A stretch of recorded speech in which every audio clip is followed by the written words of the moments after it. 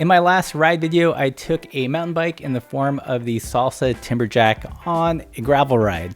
And for some of you, that proved that the mountain bike was a superior gravel bike. But for others, it also proved that gravel bikes actually work pretty well on gravel. In this video, I thought I would take a step back and take a bike that was designed as a gravel bike on a pretty typical loop here in Montana. But before we jump in, I want to kind of point out one of the problems with the term gravel bike. Some people interpret that as the ideal bike for riding on gravel, so kind of loose, small rocks. But I think for most people, and probably a more accurate description, is the phrase all-road bike. So a bike that's designed to ride on all sorts of roads, so be that paved roads, dirt roads, which may have some gravel. So if you're in the Midwest, that could be rolling farm roads. Here in Montana and the Pacific Northwest, that could be national forest roads or old logging roads. So the point here isn't to focus on the substrate of the road, the actual kind of nitty-gritty material that the road is made of, but to conceive of the gravel bike as an all-road bike, a bike that does pretty good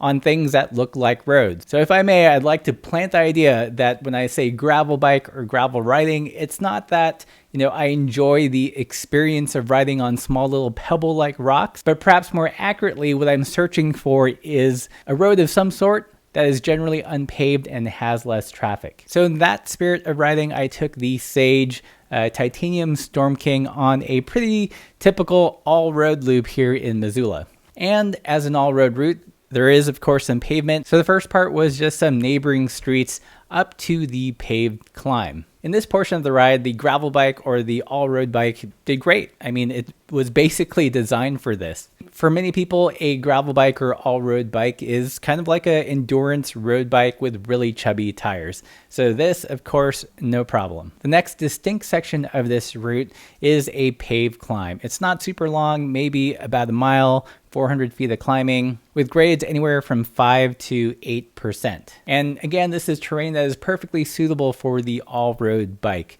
You've got a really efficient climbing position, there's no big heavy suspension fork, and because it is designed to ride on all roads, it's got plenty of low gears. So pretty much smooth sailing up to the top of the hill. The next kind of sector is where things start to get interesting. After crossing a gate, our nice paved road turned into some relatively well-maintained double track. Until that is, it stopped becoming well-maintained and just became double track. Once things start to get really chunky, it was still definitely capable. The bike had 650B by 48 millimeter WTB Senderos, so good volume, gave some suspension, and the Senderos are a little bit on the grippier side, so it did kind of grab onto the loose dirt. From basically this point on all the way to the top, it was just straight up climbing for another 600 feet. And the surface would alternate between kind of a smooth buffed out track to something that was covered in leaves and pine needles to the occasional loose and rocky bit. And in my opinion, the all-road bike did a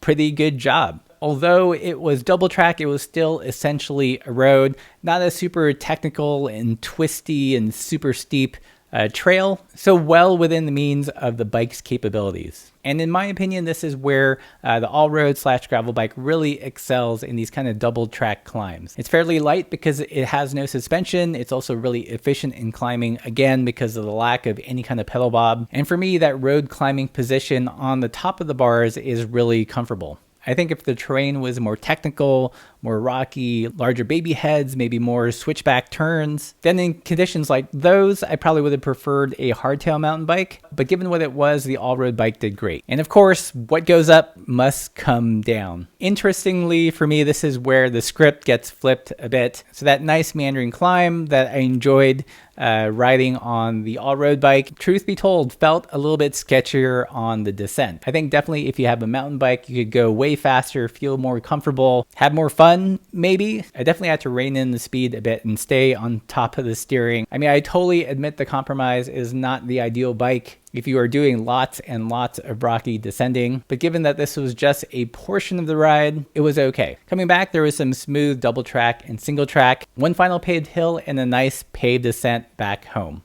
So this is what a typical gravel ride looks like here in Missoula, Montana. Generally a mix of pavement, dirt roads, some double track, maybe short sections of single track. But for the most part, if you look at the breakdown of the ride, I would say about 90% of what I rode on this route was generally a road. And on rides like this is when I think the all-road bike / gravel bike really excels. Yes, you could do it with a mountain bike. You would have more fun in certain areas and you would have less fun in others. Likewise with the gravel bike, I definitely enjoyed it on the paved stretches, on the climbs, had to reel it back on the descents, but that's actually part of the fun of riding all-road. At the end of the day, I don't think there is a perfect bike for this kind of terrain, and it's really dependent on where you ride and how you ride. Personally, it's that tug of war of finding the right bike that works in most situations, knowing that you're going to be a little bit undergun in some situations that makes all-road riding really interesting. So is a gravel bike or all-road bike good for gravel riding? Well, it depends. In my opinion, and in the places I ride, I think so. But depending on the makeup of your rides, whether you do more trail or the nature of your roads, a mountain bike could be the better choice, but that's part of the fun, right? If you want more nerdery around gravel bikes, check out this playlist. And if you like this content, consider supporting the channel via Patreon. And as always, keep the supple side down.